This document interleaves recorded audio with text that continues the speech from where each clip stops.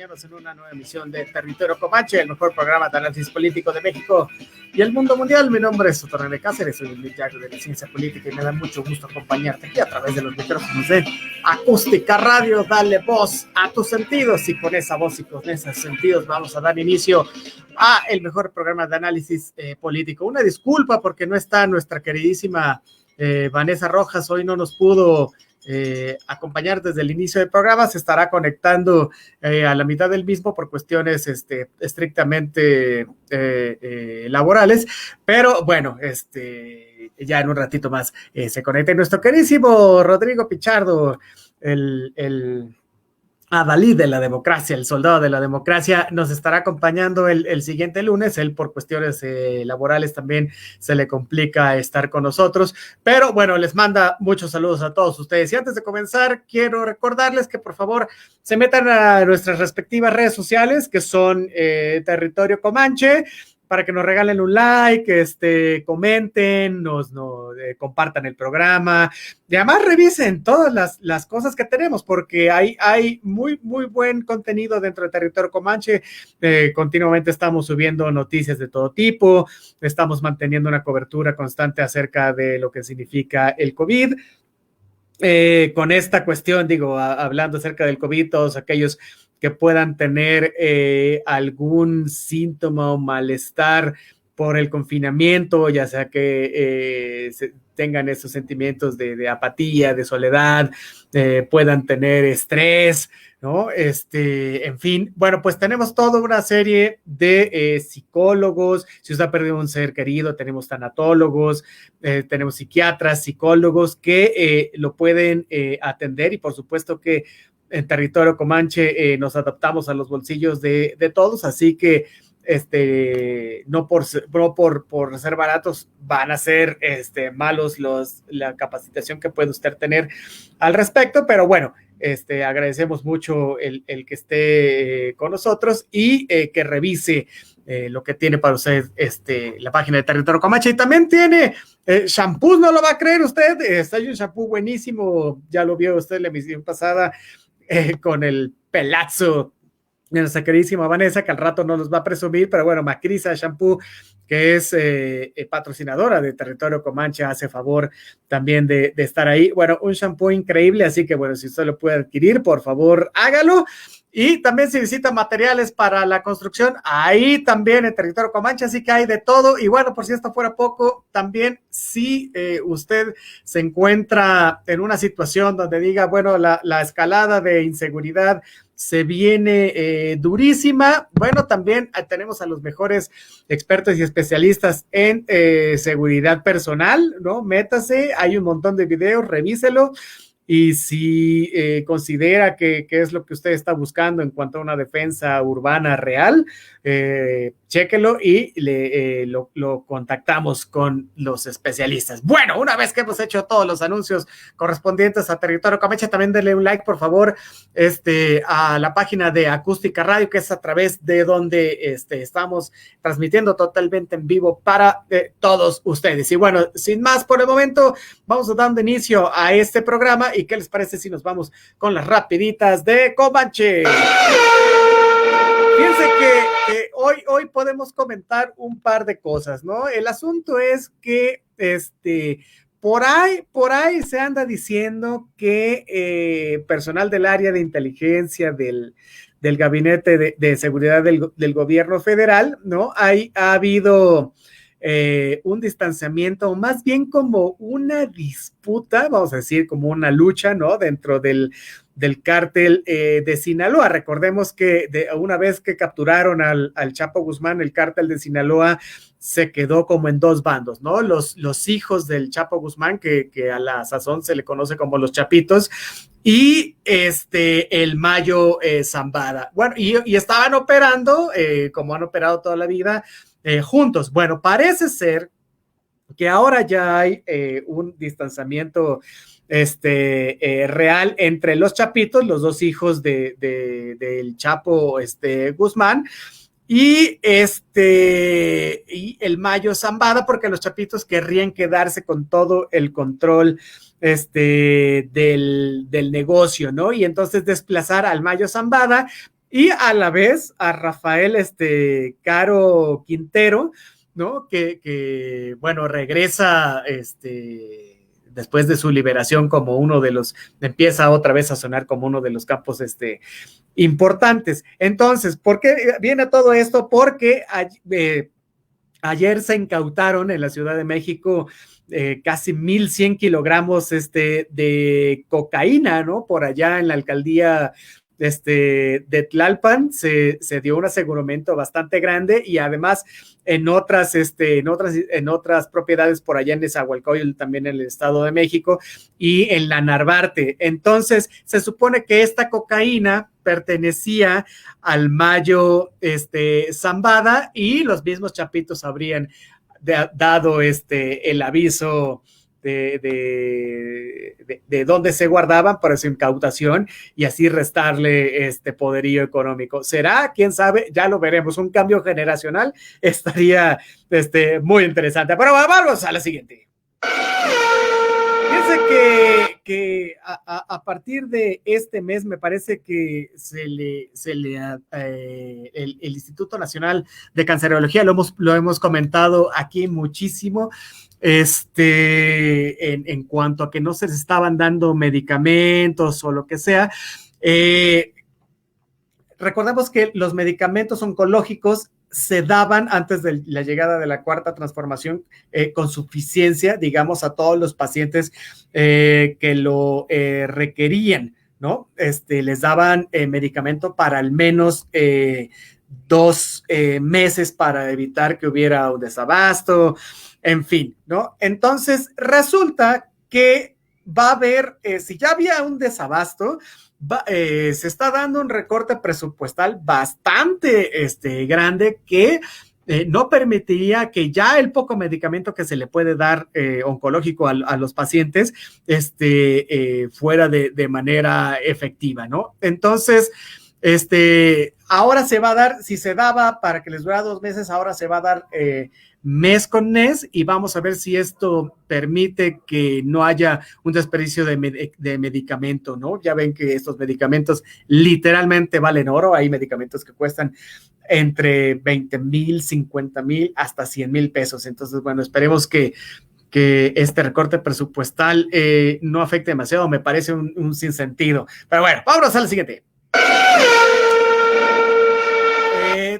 El estado de Tamaulipas, digo, hablando ya un poco de narcotráfico, ha sido muy golpeado por este mal, pero a últimas hay una empresa que se llama Deloitte, y Deloitte crea indicadores para ver el nivel de inversión que se puede dar en estados de la República Mexicana, y a parecer Tamaulipas se está posicionando como la segunda mejor entidad del país para hacer negocios, según los indicadores que esta consultoría da, ¿no? Esto significa que ha pasado de 14 posiciones en un año, es decir, ha avanzado bastante con todos los problemas de inseguridad relacionados con el narcotráfico que puede tener, ¿no? Entonces, estos indicadores son básicamente 4, ¿no? O sea, es gobierno electrónico, resolución de conflictos, mejoras regulatorias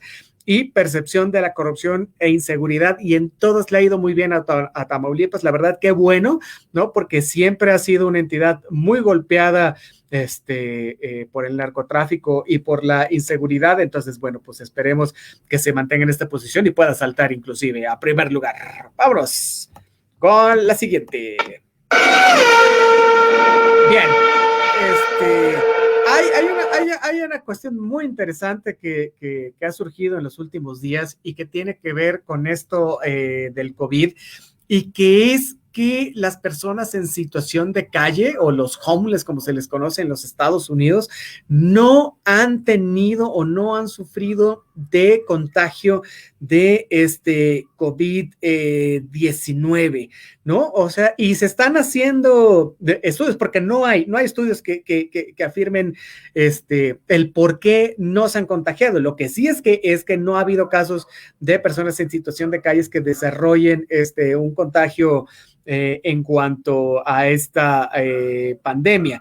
Entonces, nos parece, pues en realidad es bastante interesante. Ahora hay muchas teorías al respecto, ¿no? Sobre que si por la misma situación de calle han desarrollado mayores defensas, otros anticuerpos, en fin, ¿no? Pero bueno, el punto es que no se han hallado casos de COVID-19 en este sector y además, bueno, el gobierno federal tampoco es que los tenga incluidos en alguna estrategia. Entonces ya veremos si digamos, las investigaciones que se lleven a cabo en este grupo vulnerable den alguna pista de por qué, porque sin duda sería una muy buena investigación para saber si ellos, si alguien más pudiera replicar, ¿no? El por qué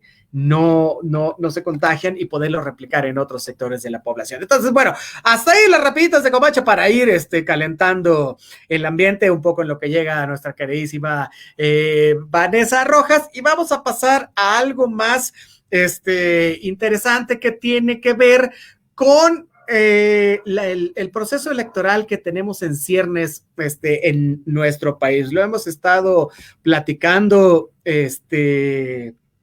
en diferentes medios, bueno, en diferentes emisiones, ¿no? Sobre cómo se va a dar este proceso electoral donde se van están en juego 15 gobernaturas y un montón de puestos más, entre ellos diputaciones locales, diputaciones federales, alcaldías, presidencias municipales, regidurías, en fin, ¿no? Y esto es importante porque estamos en medio, ¿no? de la peor crisis económica de los últimos 90 años, es decir, empresas de todos los tamaños han quebrado, ¿no? Hay un nivel de desempleo bastante grande, se está previendo que es más o menos del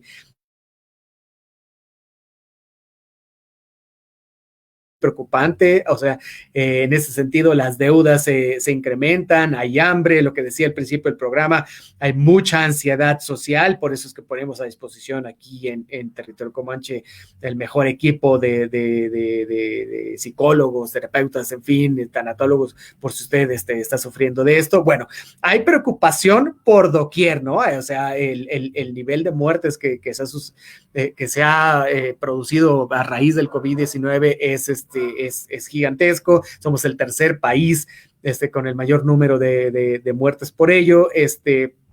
Muchas familias, bueno, pues están envueltas en el luto, en el dolor, el no poder despedirse bien de los familiares, no poder llevar a cabo ni siquiera un proceso de entierro digno, digamos, ¿no? En el sentido propio de nuestra cultura, ¿no? En medio de todo esto hay contradicciones gubernamentales, ¿no? Hay una desorganización de las autoridades, en fin, ¿no? Entonces, en todo esto, valga la pena decir todo esto, porque lo comentábamos la emisión pasada y lo invito a que la revise, porque decíamos que la oposición, aún con todo y todo este esquema horrible del que estoy hablando, la oposición me parece que aún no entiende cómo competir contra Andrés Manuel López Obrador, ¿no? Y me parece que esta alianza PRI-PAN-PRD no va a ser suficiente si no se ponen las pilas, es decir,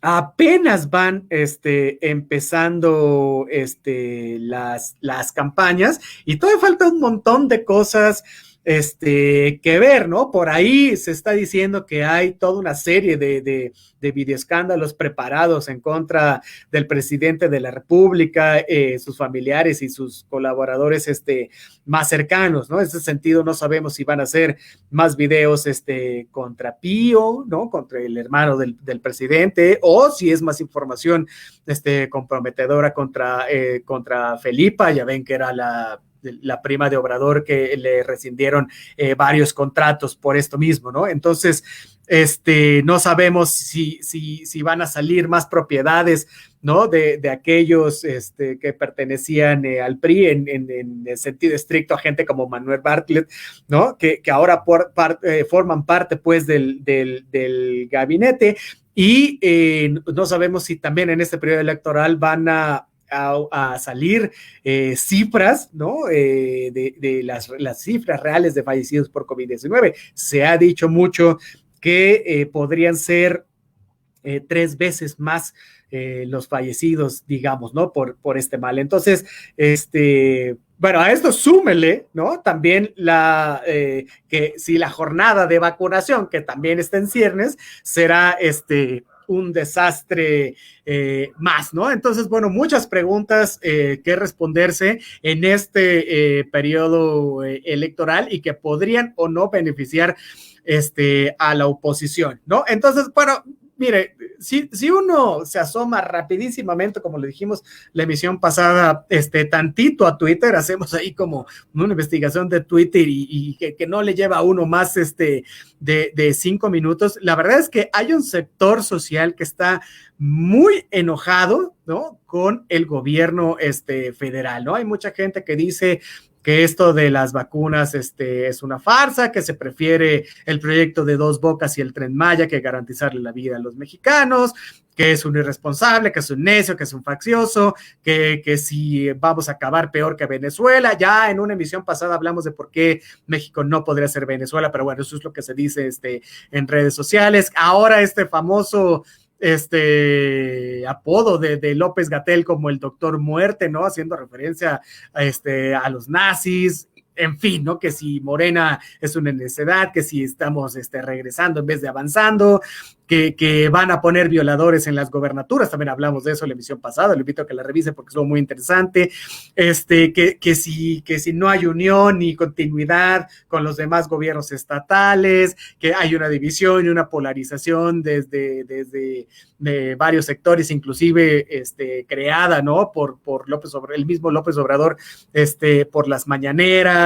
En fin, que si este gobierno es centralizador, que solo compite con su incapacidad administrativa, que no vamos a estar vacunados de aquí hasta el 2099. Bueno, una serie de cosas que sale en Twitter, que me encantaría decir unas de ellas. Bueno, otra de ellas es que si AMLO es la pesadilla de México, ¿no? Que si es un gobierno de rencores, en fin, ¿no?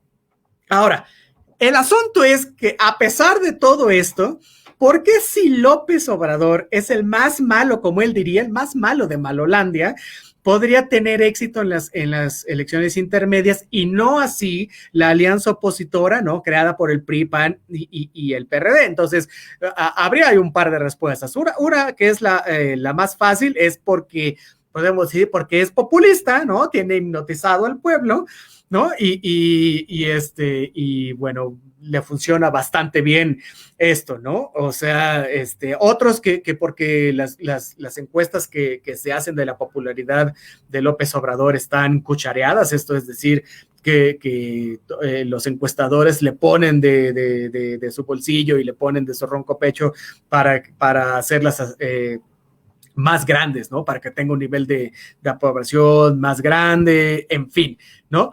El asunto es que, por lo que sea, el presidente tiene un 69% de aprobación, es decir, de noviembre a la fecha, de noviembre del año pasado, por supuesto, al día de hoy, ha crecido en 8 puntos, ¿no? En este sentido, también habría que checar que hay un 45% de mexicanos que no se siente identificado con ningún partido, aunque Morena sigue manteniendo la mayor afinidad con un 26%, por ciento, ¿no? Entonces, si hoy fueran las elecciones, sin duda alguna, los abanderados de Morena y sus aliados que ganarían básicamente 13 de los 15 estados donde van a estar en disputa las elecciones el próximo 6 de junio. Y entonces, con lo que empecé es la oposición todavía no entiende cómo competir contra el presidente Obrador. Es decir, esta alianza me parece que no es suficiente. ¿Por qué? Porque los spots que están sacando en realidad no nos llaman, no nos atrapan. Este discurso de que sí es un populista, es un peligro para México, no les está jalando. Es decir, estas frases un poco, no es por denostarlos, pero estas frases baratas de que es un dictador y ya no hay nada que hacer, tampoco les están resultando. Y la verdad es que me parece a mí que esta alianza no va a funcionar porque otra vez se agandallaron las candidaturas. Es decir, los gobernadores y los líderes de los tres partidos políticos se dividieron otra vez las posiciones. Por ejemplo, hoy se sabe que Alejandro Moreno, el dirigente del PRI, tiene un problemón encima porque les está dando las candidaturas plurinominales y candidaturas para ser diputados a sobrinos, a amigos, a los de siempre y no a la militancia. Lo mismo está pasando con el PAN, que, por ejemplo, puso en segundo lugar de las listas plurinominales a Margarita Zavala. Ahí está Roberto Gil Suart, Fernando Belaunzarán, en fin. O sea, parece que no se entiende que se tiene que haber una renovación política al interior de los partidos.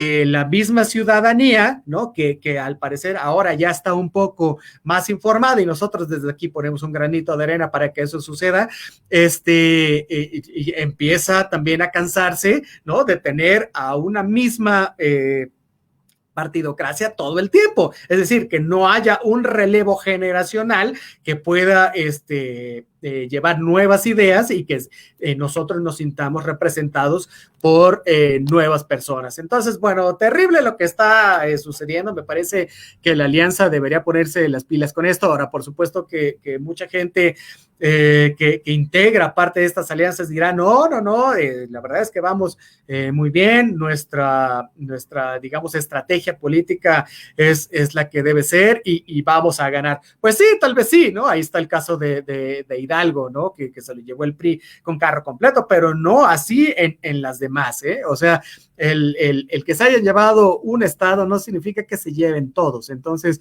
esto va a ser una elección muy competida y me parece que deberían tener en cuenta esto. Ahora, otra cuestión que me parece también interesante es que de los 15 estados de la República en los que se van a elegir gobernaturas, hay 8 en los que las oficinas de inteligencia ven situaciones preocupantes. Ahora, ¿por qué digo esto? Porque yo soy un apasionado de los temas de seguridad y las elecciones no pasan desapercibidas, es decir, la cuestión electoral también es una cuestión de seguridad, no solo por los problemas que el narcotráfico en sentido estricto pudieran traer, sino por las derivaciones sociales que el mismo proceso trae consigo, ¿no? Entonces, hay situaciones preocupantes en estos 15 estados. ¿Por qué? Porque hay grupos antagónicos muy radicalizados, ¿no? Por supuesto, lo que acabo de decir, o sea, está también la influencia directa del crimen organizado en los procesos electorales. Ahora, estos en los 15 estados donde va a haber cambio de gobernaturas, pero en las otras 28 entidades en las que vamos a votar por autoridades municipales, en más de la mitad de ellos se están considerando escenarios de alto riesgo. ¿Por qué? Bueno, pues por la intervención directa de grupos, ¿no? De poder. Y de poder digo muchos, empresarios, grupos criminales, en fin, pero sobre todo esta parte de los grupos criminales, porque ellos tienen la capacidad, ¿no? De intimidar y de presionar a la población para que pueda inclinar su voto, ¿no? Hacia un determinado candidato. Ahora, especialistas en seguridad han advertido muchas cosas, pero una de las importantes es que la pandemia que estamos atravesando, ¿no?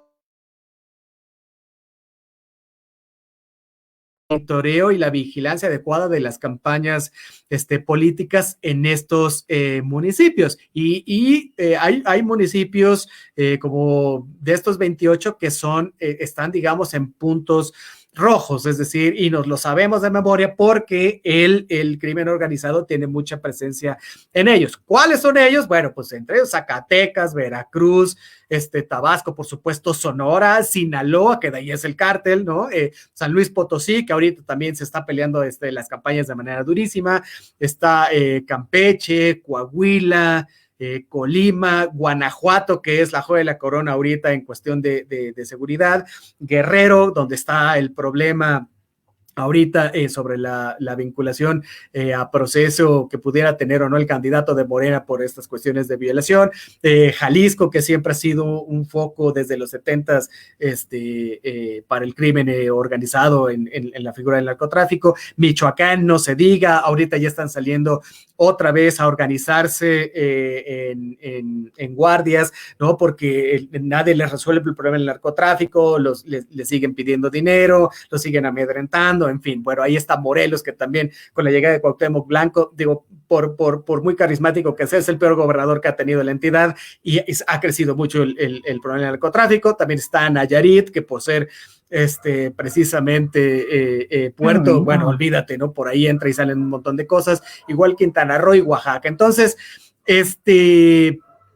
bueno, preocupante lo que pasaría, ¿no? En esos estados, siendo que son las elecciones más grandes que vamos a tener en el país y que no nos vamos a terminar de decirlo porque así es, no ha habido otras más grandes, ¿no? Y por la inclusión que el crimen organizado pueda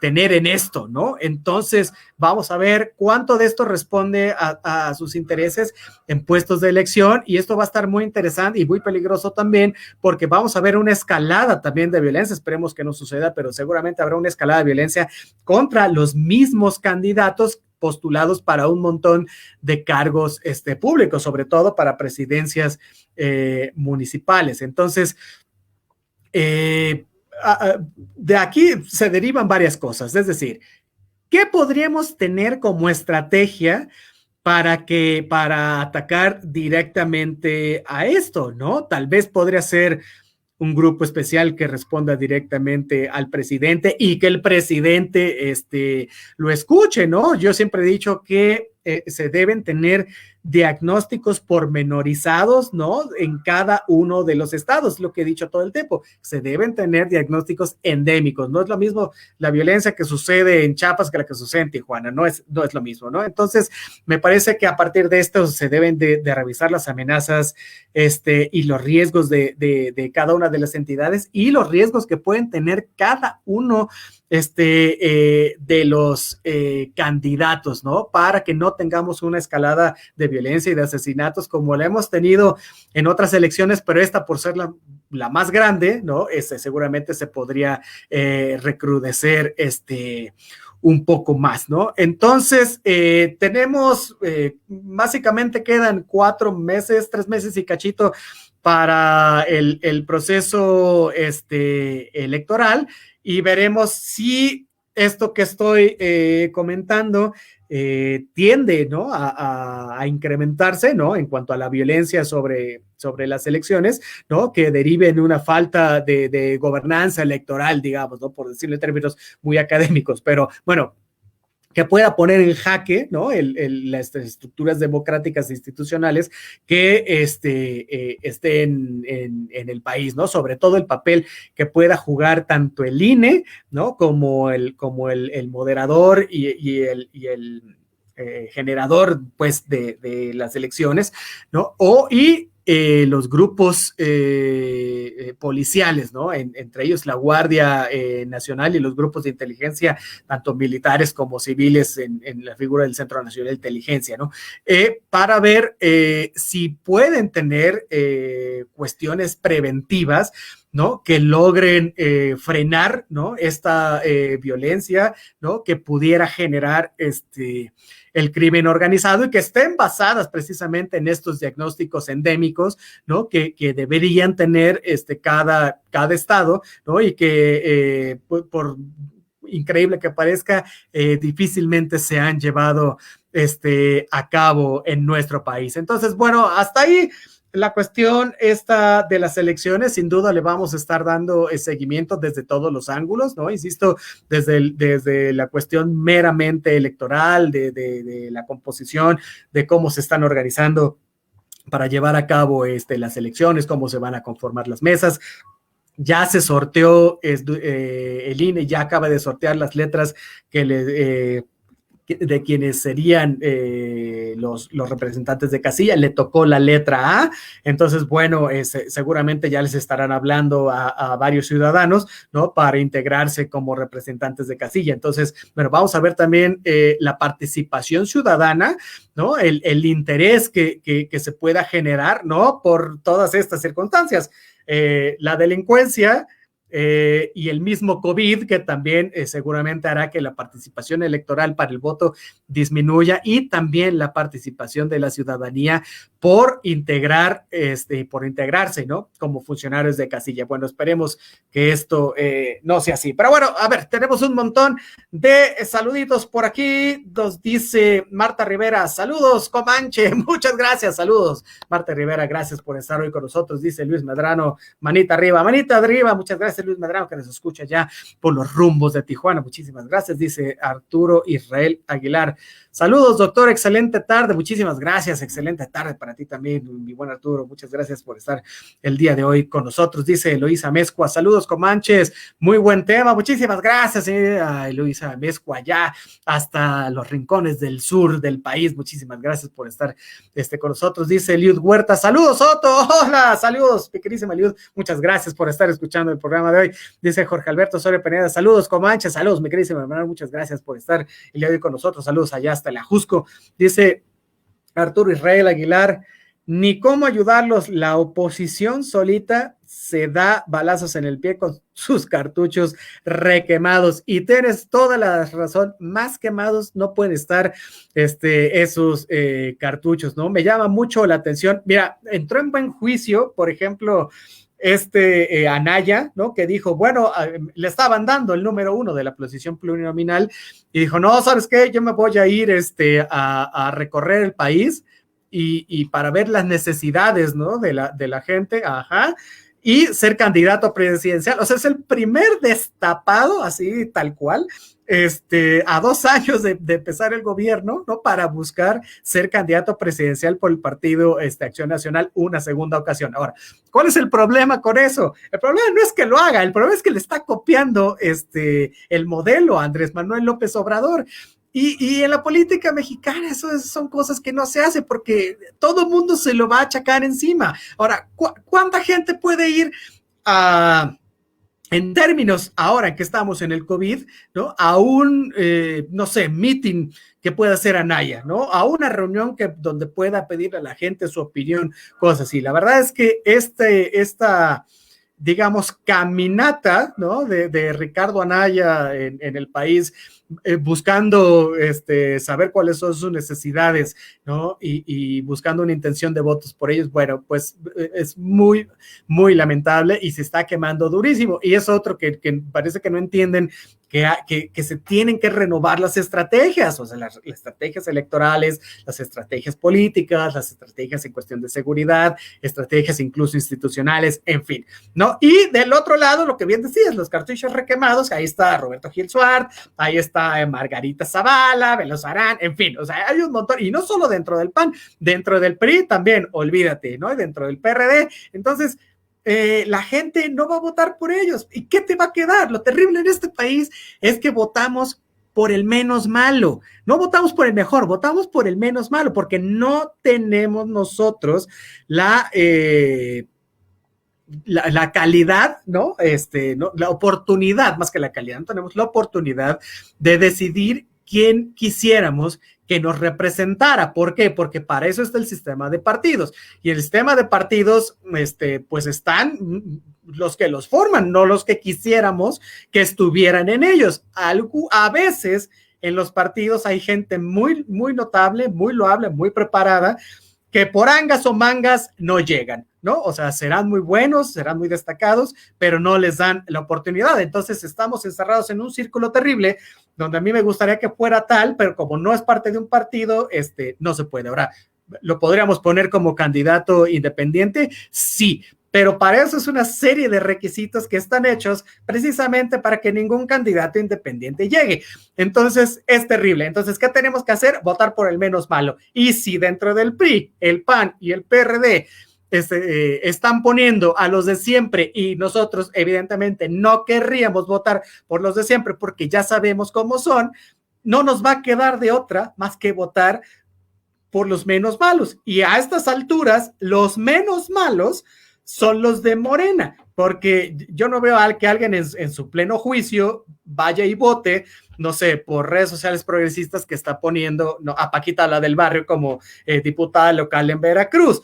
Cuando ella misma dice que no sabe qué está haciendo ahí, pero ya le dirán qué hacer. ¿Me explico? O sea, es terrible. O votar por Blue Demon. Yo sé que Blue Demon es muy capaz, tuve oportunidad de conocerlo alguna vez, fue a la universidad, es una persona muy enterada, es un empresario muy exitoso, es un muy buen luchador, soy fan del Demonio Azul, pero es una cosa diferente participar en política, ¿no? Viniendo de la lucha libre, es decir, habría que darle también oportunidad de ser de probarse, pero no sé qué calidad moral o política podrá tener Tinieblas. Sin embargo, en este país, a todo mundo que se quiera proponer, bueno, tiene la calidad para ser votado para cualquier puesto, ¿eh? Entonces, pero bueno, el asunto es ese, que no todos están igual de preparados. Ya veremos las campañas, ya veremos lo que proponen, pero bueno, auguro muchas risas, más que una percepción, digamos, objetiva sobre las cosas. Bueno, oye, nos dice Jack Zapata, saludos a todo el equipo de Territorio Comanche, muy buenas reflexiones y diagnósticos que debemos considerar para las próximas elecciones. Muchísimas gracias, muy buen Jack Zapata. Pues hacemos lo poquito que se puede a través del análisis político, esperemos que sea de su agrado. Y si tienen alguna duda o quieren que toquemos algún tema o algo, tengan alguna pregunta, por favor háganla y desde aquí trataremos de resolverla. Oye, nos dice Arturo Israel Aguilar, es la campaña del taco. Anaya se irá a echar el taco y a tomar la foto con sus reuniones armadas. Política de selfie. Es totalmente cierto. Mira, tú les ves las caras a los políticos cuando están haciendo campaña y hay algunos que tienen pues esta simpatía, ¿no? Van, abrazan a los viejitos, cargan a los bebecitos, les dan besos, se sacan la foto, en fin. No se la crees, Anaya, no se la crees, desde la campaña presidencial lo viste, ¿no? O sea, hay gente que lo trae, hay gente que no lo trae, y al menos, por ejemplo, haciendo un civil con Joe Biden, por ejemplo, ¿no? O sea, no es el más carismático del mundo, pero al menos le crees que quiere hacer un cambio. Entonces no tiene que hacer esta fanfarria, ¿no? De ir y abrazarlos y besarlos. No.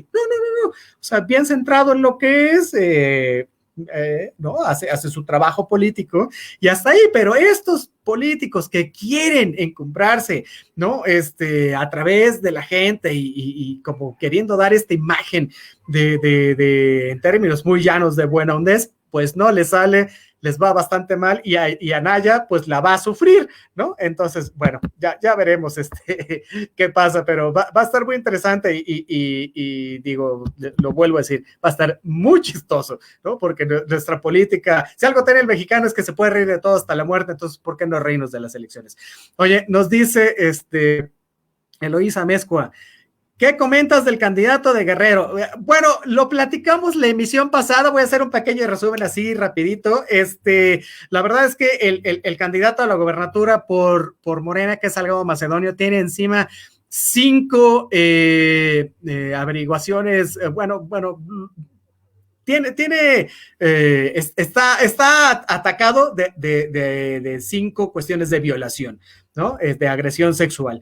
El asunto es que como no se las han probado de ninguna manera, como las carpetas están trabadas, Morena dijo, bueno, mientras a él no le hagan un juicio de algún tipo sobre estas 5 acusaciones, él sigue teniendo los derechos políticos para participar. Ahora, lo terrible es que hay un grupo de mujeres en Morena que se están manifestando en contra de esto y a las cuales ni siquiera las están pelando. A eso súmele que las encuestas dicen que Salgado Macedonio, aún a pesar de todo esto, sería el candidato ganador en Guerrero. Entonces yo veo muy difícil que Morena vaya a retirar la candidatura de Salgado Macedonio y lo veo aún más difícil que estas acusaciones sobre violación, al menos en el periodo electoral, vayan a resultar en una condena o en algo parecido. Me parece que una vez que gane, tal vez por ahí pudiera surgir algo, pero ya tendría el fuero por otros 6 años. Él tendría todo el poder en Guerrero y seguramente son cuestiones que serían desechadas en fast track. Así que terrible, terrible lo que está pasando ahí. Terrible la actitud de Morena sobre todo porque cuando ganaron las elecciones presidenciales dijeron que iban a ser el gobierno del cambio, ¿no? O sea, que no se iba a tolerar más corrupción, que no se iban a tolerar abusos, en fin. Y lo primero que están pregonando con otra cosa, y el primero en salir es Salgado Macedonio. No puede uno tener un candidato, ¿no? Con 5 acusaciones de violación encima, por muy arriba de las encuestas que esté, ¿no? Entonces, la alianza opositora, este es un buen caso en donde la alianza opositora PRI-PAN-PRD debería poner a trabajar toda la maquinaria, ¿no? Para obtener un candidato de unidad muy bien establecido, con un muy buen discurso, con muy buenas propuestas y además tirándole durísimo a Salgado, ¿no? En el sentido de llevar la justicia a buen término. Veremos si esto pasa. Seguramente algo así estarán planeando, aunque todavía no se deciden por un candidato, y eso es lo terrible. Estamos a 3 meses. Bueno, oye, nos dice Arturo Israel Aguilar, coincido contigo, doctor, la gente irá a votar por los menos malos. Pues es que lo terrible es que así ha sido desde siempre, desde que elecciones tienen nombre en este país. Siempre hemos votado pues por el menos malo, ¿no? O sea, antes votabas por el PRI, les daban chance a los otros partiditos, pero el menos malo era el del PRI, porque ya ves me encantan los dichos priistas, ¿no? O sea, podía robar, pero salpicaba, ¿no? O sea, cuestiones de ese tipo, y lo terrible es que era cierto, ¿no? O sea, bueno, al final ahí estaba el puente, bueno, al final ahí estaba la puedes hacer, bueno, al final ahí estaban un par de cosas, ¿no? Entonces, pues eran los menos malos. Siempre se ha votado en este país por el menos malo. No tenemos, desgraciadamente, la capacidad de pedir que sea alguien en particular, porque ningún partido está dispuesto a aventarse eso, porque evidentemente traería otra agenda, no traería una agenda partidista, va en contra de sus intereses, en fin, ¿no? Bueno, pues ya veremos si se ponen las pilas, aunque en cuestión de candidaturas federales, PRI, PAN y PRD, ya nos están diciendo que no, que van los de siempre. Entonces, bueno, pues tendremos que votar por otros. Y si los otros también son muy malos, siempre nos queda el poder votar por las candidaturas independientes. Y esto va a estar muy, muy interesante. Habrá que ver quiénes se lanzan como independientes. Ahora tampoco serán tantos y tampoco serán en todos los distritos electorales. Habrá gente que se lance como independiente, porque finalmente esa podría ser como el último reducto que pudiéramos tener, porque el no votar no es opción, o sea, vaya, es opción para el que no lo quiera hacer. El asunto es que si no votas, pues le estás dando, ¿no?, la oportunidad que gane cualquier otro. Entonces, digo, hay que ejercer el derecho al voto con esta idea de que si nos juntamos todos podemos hacer que gane alguien mejor a los que están, ¿no? Pero ya veremos. Es una discusión también muy interesante esto de la utilización del voto, ¿no? Ahí está el voto útil, el voto del castigo. En fin, es una cuestión que ya estaremos platicando en el transcurso de los días. Oye, nos dice Mical García Reyes, y es muy difícil retirar el sistema de partidos políticos. Bueno, sí, es bastante difícil de entrada porque está marcado en la Constitución, ¿no? O sea, la misma Constitución nos dice que somos una república federal y que estamos representados a partir de los diferentes partidos políticos. Es decir, nuestra participación como ciudadanos en política se da. tanto a partir de integrarnos, ¿no? Políticamente dentro de un partido, ¿no? O ser candidato independiente, ¿no? Que esto tiene muy poquito, tiene como del 2000 para acá, ¿no? Entonces, difícilmente un candidato independiente podría llegar, no sé, por ejemplo, a la presidencia de la República, porque los requisitos son casi que imposibles de llenar. Ya lo vimos con Margarita Zavala, ¿no? Que se tuvo que retirar de la contienda porque su campaña no jaló, no tienen los mismos, digamos, como prebendas que les dan a los otros partidos en términos de financiamiento, de exposición en medios, en fin, ¿no? Entonces, ¿es difícil? Sí es difícil. Y además, si no hubiera partidos, lo terrible es que si no hubiera partidos políticos, sería también un caos, ¿no? Porque entonces tendríamos como 1000 gentes que se podrían postular para 1000 cosas y entonces el voto sería fraccionadísimo.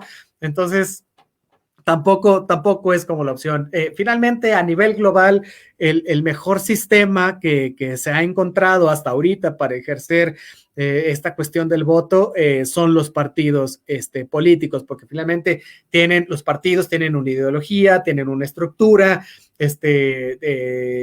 tienen sus propias maneras de organizarse, se les pide que hagan, ya sea de buena o mala forma, pero se les pide que hagan finalmente trabajo político con la ciudadanía, esto es, que impriman revistas, que hablen acerca de lo que están llevando a cabo, hagan análisis político, en fin, cuestiones académicas, ¿no? Que hay partidos que dan cursos, en fin, o sea, no es que esté mal el sistema de partidos políticos, sino que están mal quienes componen a los partidos políticos, porque las mismas dirigencias tienen sus mismas agendas, tienen sus mismos intereses, y la gente luego me pregunta, ¿pero cómo son estos intereses? Bueno, hay mucha gente de muchos sectores en los partidos, es decir, habrá gente muy popular, por ejemplo, de asambleas de barrios, ¿no? Ahí está el Frente Popular Francisco Villa, habrá muchos empresarios en el caso del PAN, ¿no? Hay gente de grupos de antaño, como el Grupo Tlacomulco, dentro del PRI, la Confederación Nacional Obrera, en fin, ¿no? Entonces, todos ellos tienen intereses muy marcados que una vez que ocupan determinadas posiciones ayudan a sus gremios. Y entonces, si tú no eres parte de esos gremios, como lo somos todos nosotros, que somos ciudadanos de a pie, ahí está lo terrible, porque no estamos representados, ¿no? Es decir, tampoco nos preocupamos mucho por saber quiénes son nuestros diputados, y aún sabiéndolo, irles a exigir cuentas es difícil, ¿no? Muchas veces para ellos, aunque tengan muy buenas intenciones, ir en contra, ¿no? De las directrices que les marcan los mismos partidos. Entonces, no es que el sistema de partidos esté mal, sino es la gente, muchas veces, la mayoría de las ocasiones, es la gente que conforma a los partidos políticos, y en este país, bueno, lo hemos visto durante décadas. Por ejemplo, voy a poner un ejemplo de un país primermundista, Nueva Zelanda, ¿no? También tiene partidos políticos, pero allá sí hay una representación más real sobre los asuntos que tiene la gente. Por supuesto, son muchísimos menos habitantes, tienen otra ideología política, social, en fin, ¿no? O sea, no nos podemos comparar. Lo que sí podemos comparar es el sistema de partidos. Allá sí hay una representación, digamos, un poco más amplia, que incluye al ciudadano y no tanto a los intereses, ¿no? Partidistas, en cuanto a la gente que está en los partidos. Es decir, no sé, digamos que no van solo sobre los intereses que pudiera tener determinado grupo, sino que sí incluyen a los ciudadanos. Entonces, bueno, estamos muy lejos de eso, ¿no? Así que, bueno, ya veremos cómo se da, pero sin duda va a estar muy interesante. Pero sí, que queda hasta ahí, que lo feo no es el sistema de partidos, sino la gente que los conforma. Oye, bueno, vamos rápidamente a otro tema que me parece muy interesante. Iba a hablar acerca de unas cosas del COVID-19, pero ya no nos va a dar tiempo porque es muy amplio, pero juro que lo hablaremos el siguiente lunes.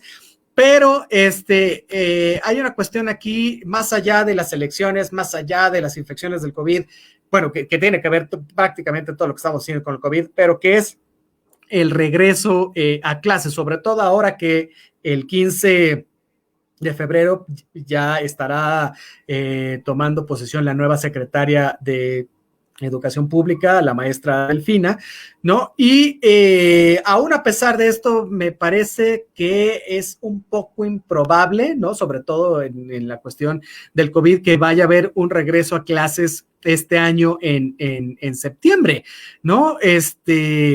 Ya la posibilidad parece bastante remota. Y lo terrible es que ya, al menos en nuestro país, ya se habrán cumplido básicamente cerca de 2 años sin que los niños asistan a la escuela en México. Finalmente, las universidades, bueno, ellos tienen su propia forma, hay como más espacio para hacer videollamadas, el sistema educativo es diferente, el sistema en cuestión de educación superior es diferente, pero el sistema de educación básica sí está resistiendo bastante esto. Ahora, ¿por qué digo que parece poco probable que en nuestro país no haya un regreso a clases en septiembre? Bueno, son varias razones. Miren, la primera es porque la disponibilidad de entrada, la disponibilidad de vacunas, ¿no?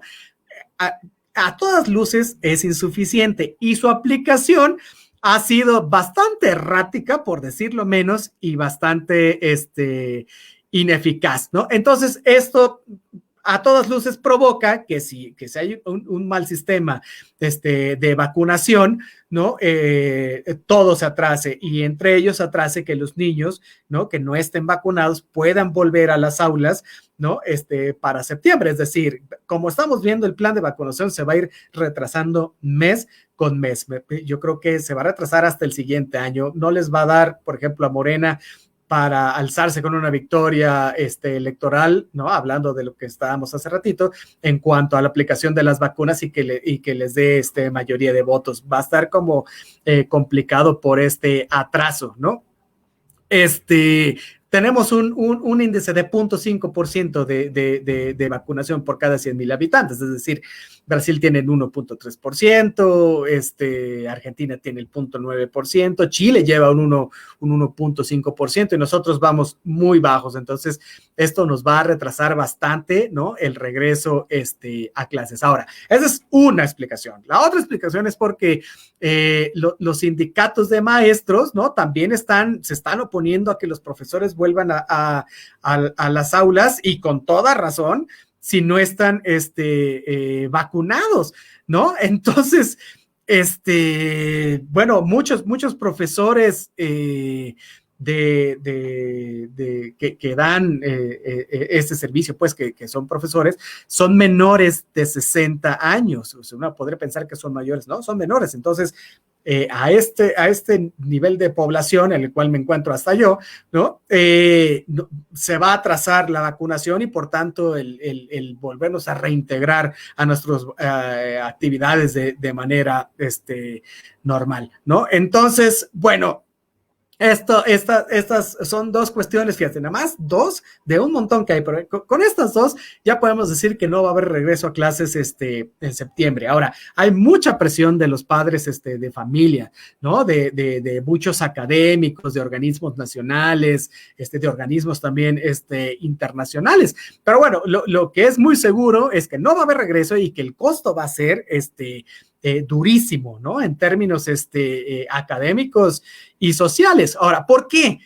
La educación en nuestro país sí bueno, no solo en nuestro país, la educación es una experiencia social en todo el mundo, es decir, va mucho más allá de la comprensión analítica que podamos tener en las aulas, es decir, ¿qué aprendemos en un aula, no? Además de las cuestiones básicas, ¿no? Bueno, aprendemos a respetar reglas de comportamiento, ¿no? O sea, de entrada, que nos lleven a tener una buena convivencia.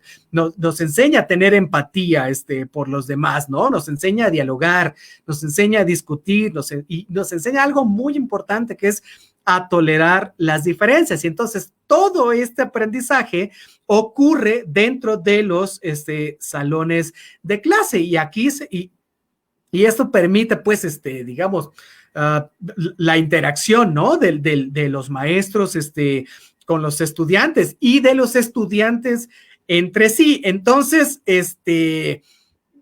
bueno, pues esto se está, a todas luces, se está perdiendo, ¿no? Ahora, muchas escuelas, muchos niños reciben ahí mismo, ¿no?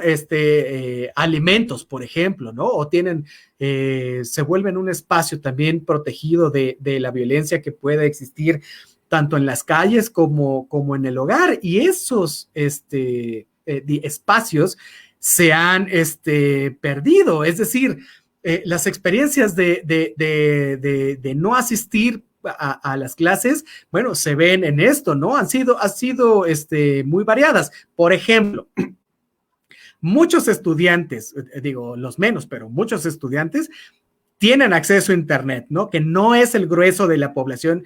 Nosotros, porque vivimos en ciudades, tenemos un acceso, digamos, más amplio a esto. Sin embargo, la verdad es que muchos estudiantes ven muy limitado su acceso al Internet, ¿no? A tener un espacio de trabajo en casa, ¿no? O sea, hay mucha gente que no puede compensar el no estar en un salón de clases. Es decir, muchas veces las casas no tienen espacios apropiados, no sé, hay gente que comparte la sala con el comedor o con la cocina, en fin, que no son espacios apropiados para estudiar o para aprender, ¿no? Aunque ahora con la pandemia se ha tenido que llevar a cabo así, ¿no? Y esto también dificulta el nivel de aprendizaje, es decir, todos aquellos que no tienen Internet tienen que recurrir a la televisión, y también esto es un espacio inadecuado, porque en el caso de que sea solo un hijo, bueno, puede decir, ok,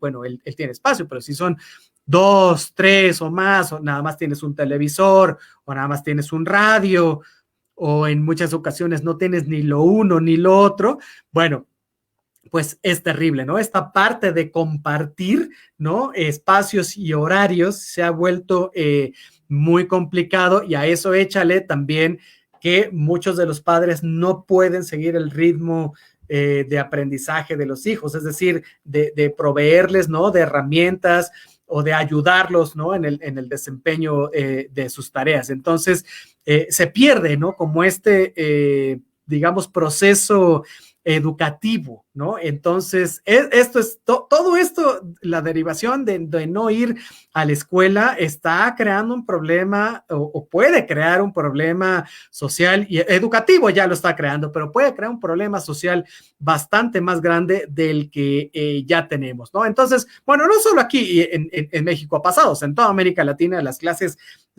han sido suspendidas. Llevamos ya 11 meses así y van a seguir suspendidas, ¿no? En los meses por venir. Ahora, en ningún estado de la República está en verde. Eso quiere decir que ningún estado de la República puede mandar a los niños a clases presenciales. Ahora, otra vez, haciendo un símil con Europa, por ejemplo, ¿no? Se vio que, por ejemplo, Francia era el país que había hecho estas cuestiones de que los niños fueran de manera escalonada a las aulas, ¿no? Unos días iban unos días iban otros, en fin, y no resultó lo más conveniente tampoco en términos, ¿no? De atención académica, ¿no? Entonces, se está previendo más o menos, ¿no? Que alrededor de 24 millones de